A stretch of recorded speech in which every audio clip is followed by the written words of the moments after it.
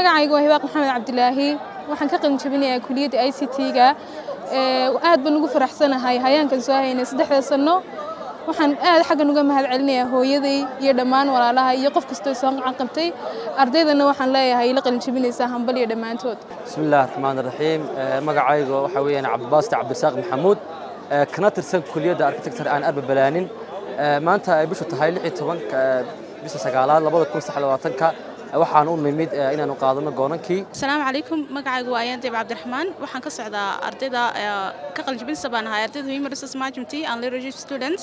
So today maanta aad baan u faraxsanahay waxaan ku jirnaa qabanqaabada xafladda qalin jabinta waxaan oo dhici doontaa 19 bishan. Magacaygu waa Cabdishiis Ismaaciil Cumar waxaan ka socdaa fakalka IT-ga gaar ahaan jaamacadda Armas University.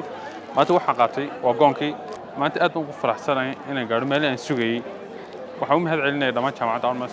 magacaygu waa Hilaal Maxamed Maxamuud waxaan ka tirsanahay departmentka architecture-ka maanta waxaan soo doonanay gooniskii iyo kaarskii alxamdulillah ilaahay baa mahadleh.